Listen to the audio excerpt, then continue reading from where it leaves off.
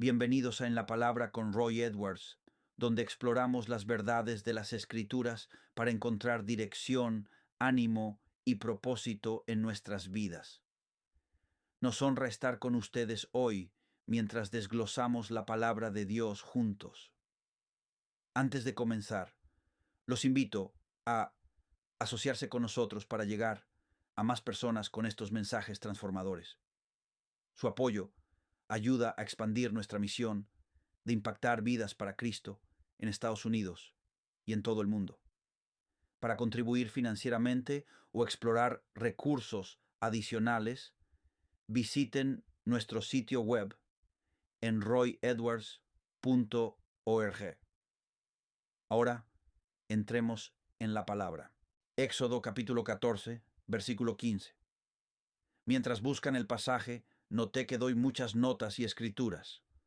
Así que, esta mañana, si tienen la aplicación en su teléfono, vayan a la página principal, luego a herramientas de conexión y después a notas del sermón. Ahí encontrarán mis notas y referencias bíblicas de esta mañana. Así, no tendrán que escribir rápido. Éxodo, capítulo 14, versículo 15. Podrían ponerse de pie para la lectura de la palabra de Dios esta mañana. Si hay algo por lo que vale la pena ponerse de pie en América hoy, es por la palabra de Dios. Éxodo capítulo 14, versículo 15 dice, y el Señor dijo a Moisés, ¿por qué clamas a mí? Di a los hijos de Israel que marchen. Dios, oro mientras nos adentramos en tu palabra esta mañana. Oro que nos des oídos para escuchar lo que dices, ojos para ver lo que haces, y un corazón receptivo y enseñable en las cosas de Dios hoy. Oro en el nombre de Jesús. Y alguien dijo, amén, amén. Pueden sentarse. Gracias. La palabra de hoy es simple. La Biblia está llena de historias de personas que enfrentaron situaciones imposibles. De principio a fin, vemos que eligieron seguir adelante, orar en su dolor y buscar a Dios cuando no veían salida. Cuando oras, invitas el poder de Dios a tu situación. El título de mi mensaje esta mañana es Sigue orando. No importa la tormenta, el silencio o las luchas, seguimos orando. Cuando Moisés no sabía qué hacer, siguió orando. En Éxodo capítulo 14 vemos una gran historia. Moisés está al borde del Mar Rojo. El ejército del faraón está detrás, y hay entre 3 y 5 millones de judíos que guía al lugar prometido. Según el erudito que leas, conocerías la canción y la cantarías. Es una canción horrible, porque no deberíamos hacer las cosas a nuestra manera. Amén. Escúchame. Necesitamos hacer las cosas a la manera de Dios. Si lo hacemos así el tiempo suficiente, se convertirá en nuestra manera, porque Él, el Padre, sabe lo que es mejor. Creemos que sabemos lo que es mejor para nuestras vidas, pero no tenemos ni idea. De hecho, Pablo lo dice mejor. No hay nada bueno en mí. Cuando empiezas a pensar que eres lo máximo, le dije a alguien el otro día, ¿sabes qué es un gran personaje? Solo es un pequeño chorro bajo presión. Así que deja de pensar tanto en ti mismo, porque solo eres tierra. Dile a tu vecino, solo eres tierra, un gran terrón de tierra. Primero, debemos darnos cuenta de que debemos seguir orando. Escúchame. En los buenos tiempos, cuando las cosas van bien, sigue orando. En los malos tiempos, cuando todo se desmorona, sigue orando. En los malos tiempos en nuestra nación, vemos cómo la gente se siente impulsada a ir a la iglesia y a orar debido a eventos horribles que ocurren en el país o en sus vidas. Vemos eso todo el tiempo. Personas que vienen a la iglesia por una tragedia y luego cuando termina, vuelven a su vida anterior. Cuando su vida es un desastre y han probado de todo, se acercan a la casa de Dios. ¿Dónde están meses? Son un año después de la tragedia. Dios empieza a ver y a obrar en sus vidas, les da paz, fuerza y los levanta. Vamos. Luego tienden a olvidar a Dios cuando todo va bien. Cuando llegan los malos tiempos, dicen, oh, Dios, ¿dónde estabas? Creo que a veces Él nos pregunta, ¿dónde estabas tú? Así que en los buenos tiempos, cuando todo va bien, sigue orando. Eso te ayudará. Porque puedo decirte que este es un mensaje alto hoy muy.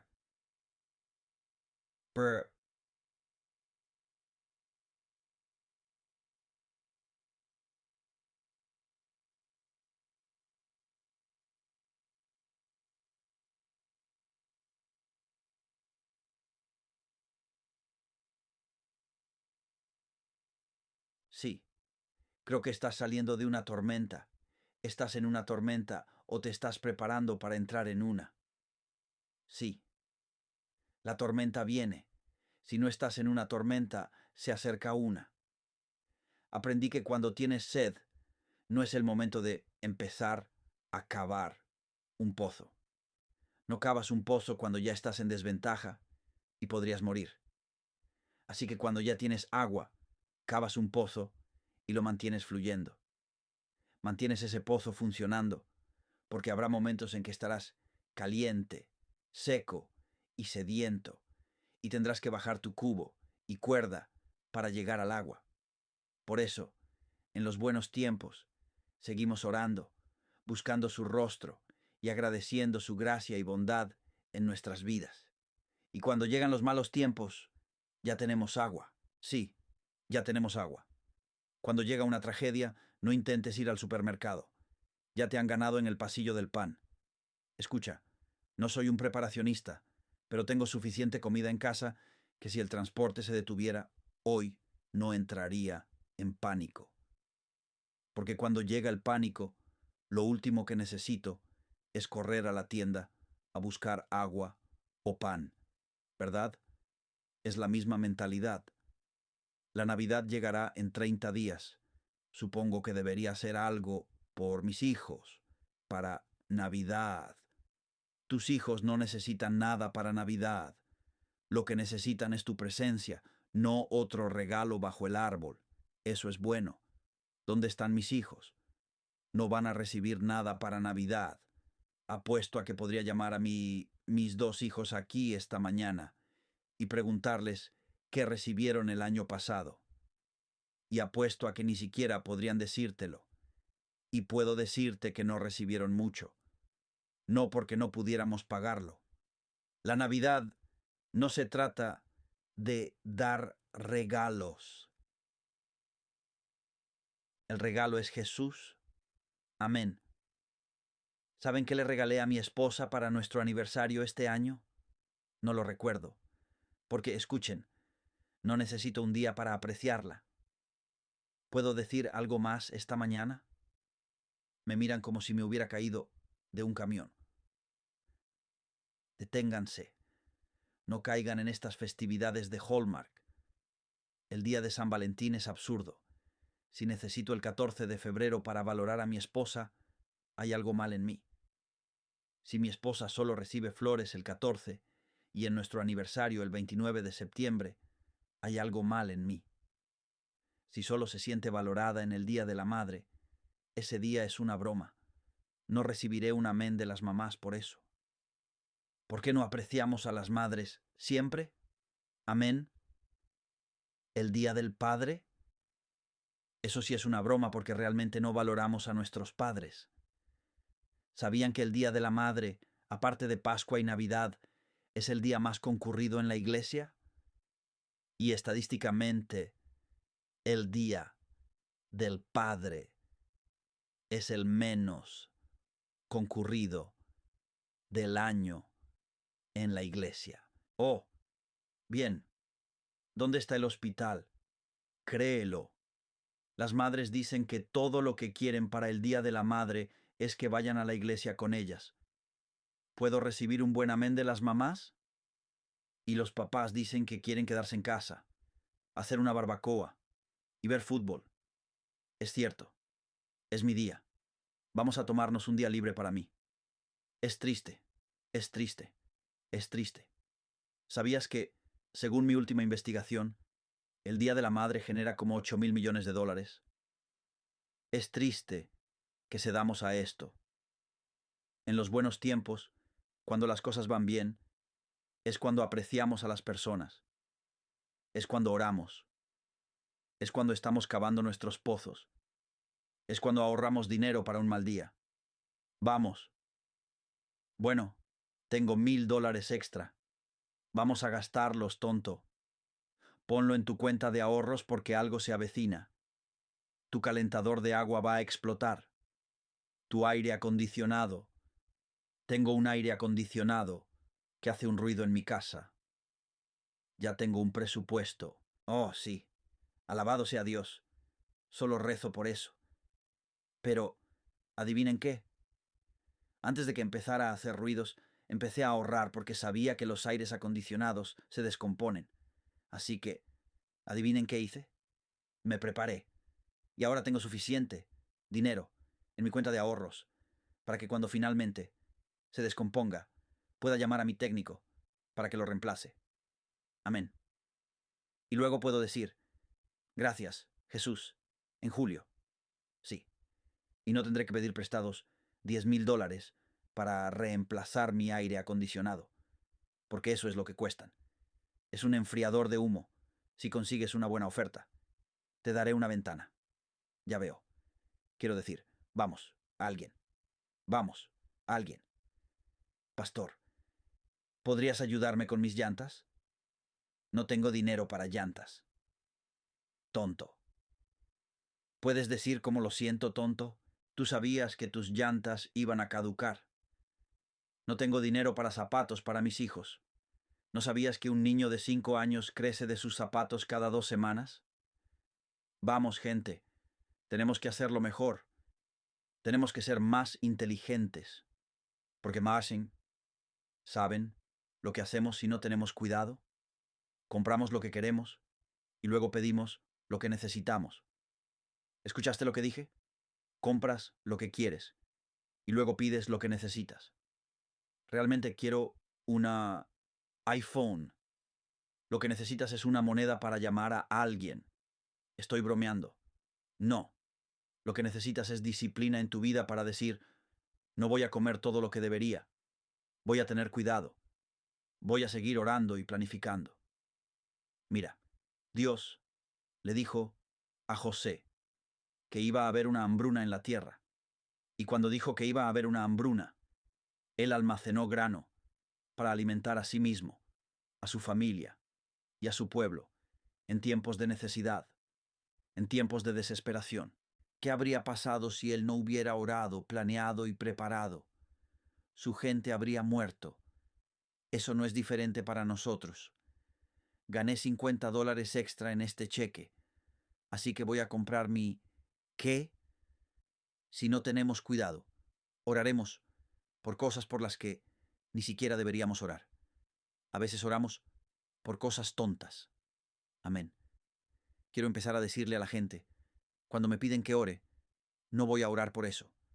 Eso es tonto. Creo que deberíamos ser sinceros con la gente. Alguien me preguntó recientemente, no, mejor vuelvo a mis notas. Escucha, cuando los informes son buenos, sigue orando. Cuando son malos, sigue orando. Cuando la vida es buena, sigue orando. Cuando no es tan buena, sigue orando. Cuando esa persona especial llega a tu vida, sigue orando. Cuando esa persona especial te da la espalda, sigue orando. Cuando estás en la cima de la montaña, sigue orando porque eventualmente bajarás al valle. Estoy convencido de que aprenderás más en el valle que en la cima. Las vistas son maravillosas en la cima y no hay nada que las reemplace. Pero aprendes más en el valle. Cualquiera puede alabar a Dios en la cima, cuando todo va bien. Pero, ¿cómo oras cuando estás en el lodo? ¿Cómo oras cuando los informes no son buenos? ¿Aún sonríes y tienes victoria incluso con malos informes?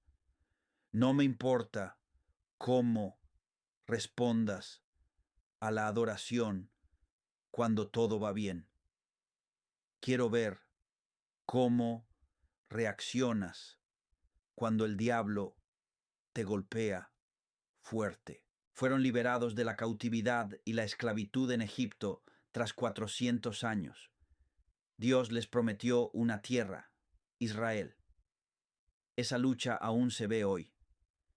Moisés está guiando al pueblo que salió de la esclavitud.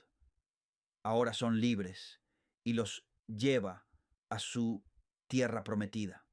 Se enfrentan al Mar Rojo, un gran cuerpo de agua, y Moisés está al borde del mar. El ejército del faraón los persigue para destruirlos. Imagina esta escena. Moisés y el pueblo están en la orilla del Mar Rojo. El ejército del faraón se acerca rápidamente, y el pueblo clama con miedo y se queja a Moisés. Moisés no sabía cómo Dios abriría un camino. ¿Qué hizo? Oró. Y el Señor le dijo a Moisés: ¿por qué clamas a mí? Dile a los hijos de Israel que avancen. Dios le dijo a Moisés que dejara de llorar y comenzara a moverse. Cualquiera puede ir. Solo quiero agradecer a Dios por esa promoción en mi trabajo. Gracias, Jesús. ¿Cómo reaccionas cuando te reducen las horas esa semana? Está tranquilo aquí. Cuando estás en la cima en el trabajo y llega la promoción, sigue orando. Cuando estás en el fondo y nada sale bien, sigue orando. En los buenos tiempos, oro. En los malos tiempos, oro.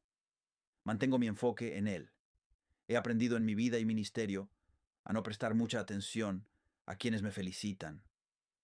Ha habido momentos en mi vida en los que he estado en la cima y otros en los que no. No me emociono mucho con los elogios y premios. No me gustan mucho, como puedes notar. Me hace sentir incómodo. La razón es porque un día cantarán tus alabanzas y al siguiente gritarán: crucifícalo. ¿Ves? Yo recogí la historia. La razón por la que lo sé es porque me ha pasado personalmente. Lo sé bien porque observo la vida de Jesús.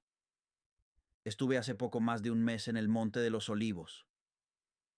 Mirando hacia el monte del templo desde este lado, el Monte de los Olivos estaba aquí. Estoy mirando. El jardín de Getsemaní está a mi derecha. El monte del templo está arriba. Estoy parado donde llamamos la Vía Dolorosa, lo que ves en las Escrituras como la entrada triunfal. Antes de la entrada triunfal, Jesús estuvo en el Monte de los Olivos, donde yo estuve, y lloró por la ciudad porque sabía lo que iba a suceder. Mientras lloraba y oraba por la ciudad, bajó por un pequeño camino serpenteante hasta el fondo del Monte de los Olivos, y luego se preparó para ascender al monte del templo. Vemos la casa de Caifás, donde Jesús estuvo preso la noche en que fue traicionado y enviado a prisión. Estuve en la celda donde realmente lo colocaron, en la casa de Caifás. Allí, las emociones inundaron mi alma, porque Jesús lloraba por la ciudad, sabiendo lo que sucedería. Luego, al caminar por la vía dolorosa, en la entrada triunfal, había personas que tomaban ramas de palma y gritaban: Hosana, Hosana en las alturas. Bendito el que viene en el nombre del Señor. Se quitaban sus mantos y los colocaban en el suelo. Él montó en un burro prestado mientras ellos alababan su nombre. No pasó mucho tiempo después de eso, cuando esas mismas personas que lo alababan gritaban en las calles: crucifícalo. Pedían liberar a Barrabás y querían matarlo en una cruz romana. Sí, por eso no me emocionan mucho los elogios, y no creo que a Jesús le emocionen tampoco, porque Él sabe que las mismas personas que lo alaban el jueves pedirán su muerte el viernes. Así que mi vida no puede. Escúchame, mi vida y tu vida no deben definirse por los elogios de una temporada. porque en una te alabarán, y en la siguiente querrán matarte. En una temporada te elegirán, y en la siguiente intentarán destituirte. En una cantarán tus alabanzas, y serán los presidentes de tu club de fans, y al día siguiente harán páginas de Facebook sobre ti y tu ministerio. Tengo algunas. Estoy agradecido de ser tan importante en sus vidas que dedicaron una página solo para mí. Debo estar haciendo algo bien porque he enfadado a mucha gente. Vamos, me di cuenta de que hay personas que me aman y personas que me odian. Bendito sea el nombre del Señor. Sigue orando. Cuando estés en la cima de tu carrera y llegue la promoción, sigue orando y mantén a Dios presente. Y cuando estés en el fondo, sigue orando. Salmo 34, versículo 4. Me encanta esto. David era perseguido por sus enemigos y seguía orando. Pasó años huyendo del rey Saúl, quien quería matarlo. Salmo 34, versículo 4. Dice, busqué al Señor, y Él me oyó. Me libró de todos mis temores. David sabía de dónde venía su ayuda. Entendía que no era por su propia fuerza, sino por la fidelidad de Dios. Así que cuando te sientas perseguido, sigue orando, porque Dios escuchará y te librará. Lo vemos en la Escritura, en el jardín de Getsemaní. Jesús siguió orando. ¿Fue incómodo para él? Absolutamente. Su oración en el jardín antes de su crucifixión, justo antes de su traición, cuando Judas lo vendería por 30 piezas de plata. Jesús entendía la gravedad de lo que venía, pero se sometió a la voluntad de su Padre. Mateo 26:39 lo describe así. Avanzó un poco más y cayó sobre su rostro. Este es Jesús. Oró diciendo, Padre mío, si es posible, que pase de mí esta copa. Sin embargo, no sea como yo quiero, sino como tú quieres. Jesús oró. Simplemente siguió orando. Hace unas semanas estuve en el jardín de Getsemaní y oré. Fue uno de los momentos de oración más impactantes de mi vida, rodeado de olivos que estaban allí en la época de Jesús. En ese lugar, Jesús continuó orando. Jesús, siendo completamente Dios y hombre, no quería ir a la cruz, no quería beber de esa copa. ¿Y sabes qué había en esa copa? Todos nuestros pecados y vergüenza, todos los pecados del mundo desde el principio de los tiempos, desde Adán y Eva, hasta el fin de los tiempos cuando no habrá más pecado. Todo eso estaba contenido en esa copa.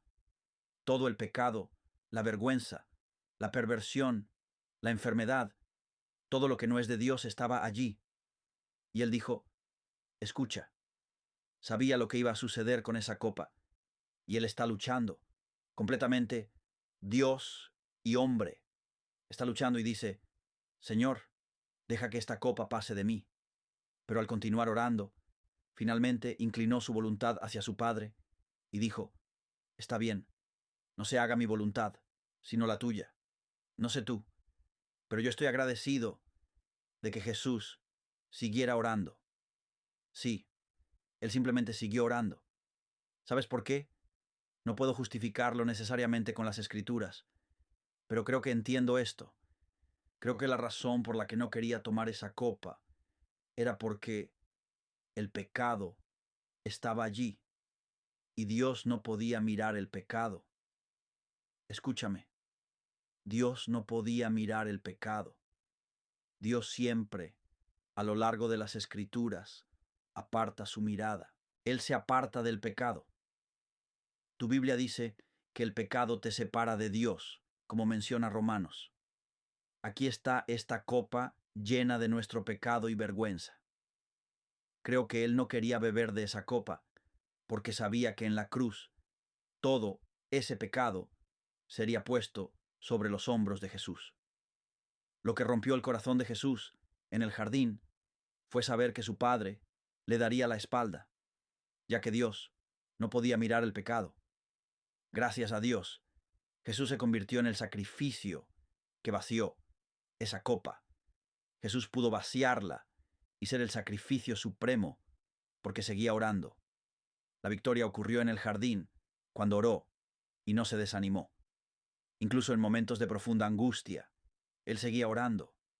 ¿Por qué? Porque éramos valiosos a sus ojos. Gracias. Debes entender que tu pecado no es rival para la gracia de Dios. Amén. Mi pecado no es rival para la gracia de Dios. ¿Por qué? Porque nos ama tanto. No importa lo que enfrentes, sigue orando. Como Moisés, cuando no sepas qué hacer, sigue orando. Como Jacob, cuando quieras rendirte, sigue orando y aférrate a la promesa de Dios. Como Ana, cuando Dios parece estar en silencio, sigue orando. Como David, cuando tus enemigos te rodean, sigue orando. Como Jesús, cuando el peso del mundo estaba sobre sus hombros, Él siguió orando. Lucas capítulo 18, versículo 1 nos dice esto. Los hombres deben orar siempre y no desmayar. Sigue orando. Si tengo una palabra para alguien hoy, sería esta. Deja de llorar y empieza a actuar. Moisés no conocía el plan de Dios, pero siguió orando. Cuando llegó el momento, Dios abrió el mar rojo e Israel cruzó en tierra seca. A veces no sabemos cómo Dios responderá, pero seguimos orando. Amén. Dios abrirá un camino donde parece no haberlo. Miro Génesis capítulo 32, versículo 26. Retomemos la historia. Jacob está luchando. Jacob en hebreo significa engañador o suplantador. También podría significar travieso. Era un poco travieso, era un engañador. Así retomamos cuando el ángel del Señor vino y comenzó a luchar con Jacob. Jacob dijo, no te dejaré ir, llegaremos a eso en un momento. Génesis 32, 26. Jacob no quería dejar ir al ángel. Siguió orando y luchando. Jacob luchaba con el ángel. El ángel intentó irse diciendo, déjame ir porque el día está por amanecer. Necesitaba partir. Jacob se negó a soltarlo hasta recibir su bendición, hasta obtener su respuesta. Siguió orando con desesperación, determinación y confianza. Génesis capítulo 32, versículo 26. El ángel dijo, déjame ir, porque el día amanece. Pero Jacob respondió, no te dejaré ir hasta que me bendigas. Jacob sabía que solo Dios podía darle la bendición que necesitaba, y no iba a soltarlo hasta recibirla. Habrá momentos en la vida con desafíos insuperables, pero podemos aprender de Jacob. No sueltes. Aférrate a las cosas de Dios hasta obtenerlas. El ángel dijo, déjame ir. Jacob respondió, no te dejaré ir hasta que me bendigas. No te dejaré ir hasta que algo cambie en mí. Conocemos el resto de la historia. El ángel del Señor tocó su cadera y el músculo se encogió, caminando con una cojera por el resto de su vida. El ángel del Señor miró a Jacob y le dijo, escucha, tu nombre ya no será Jacob, porque has luchado con hombres. Ahora que has luchado con Dios, tu nombre será Israel. Amén. Así cambió su nombre. A lo largo de las Escrituras, en esta y muchas otras historias, Dios cambió su nombre.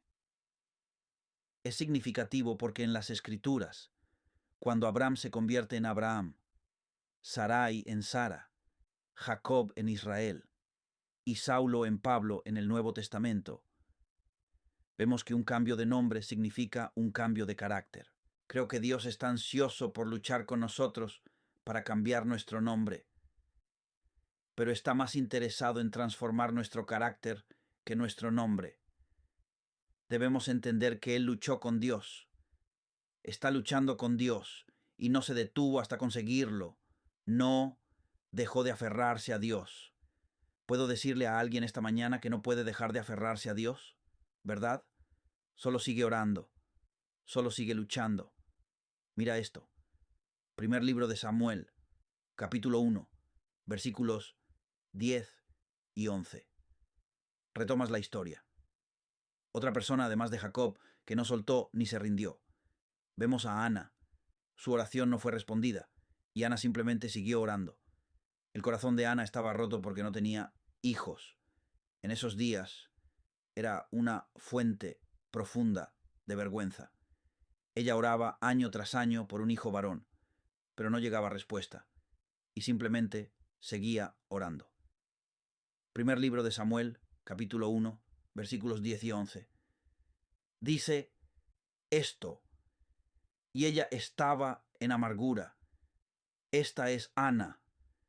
Estaba en amargura de alma, y oró al Señor, y lloró con angustia. Entonces ella hizo un voto y dijo: Oh Señor de los ejércitos, si miras la aflicción de tu sierva y te acuerdas de mí, y no olvidas a tu sierva, sino que le das un hijo varón, entonces lo dedicaré al Señor todos los días de su vida, y no pasará navaja sobre su cabeza. Me encanta esto de Ana. Ana era persistente y no se rendía. Ella seguía orando, y aun cuando no recibía respuestas, seguía orando. Dios respondió a su oración con el nacimiento de Samuel, quien se convirtió en un gran profeta de Dios. Lo verás en primero y segundo de Samuel, un gran profeta de Dios. Escucha, no puedes dejar que el silencio te desanime. Dios no respondió su oración de inmediato, y probablemente no la respondió exactamente como ella quería. Pero tienes que darte cuenta de algo sobre la oración esta mañana. La oración no es tratar de cambiar la mente de Dios. Así es. La oración es principalmente sobre cambiar tu mente, porque no es la mente de Dios la que necesita cambiar. Es tuyo. Si la mente de Dios necesitara cambiar, significaría que hay algo mal en ella. Pero, ¿puedo decirte que no hay nada mal con la mente de Dios? Podrías pensar que hay algo mal y creer que tienes una mejor manera, pero tus caminos no son los de Dios y tus pensamientos no son los suyos. Deberíamos celebrar eso, ¿verdad? Amén.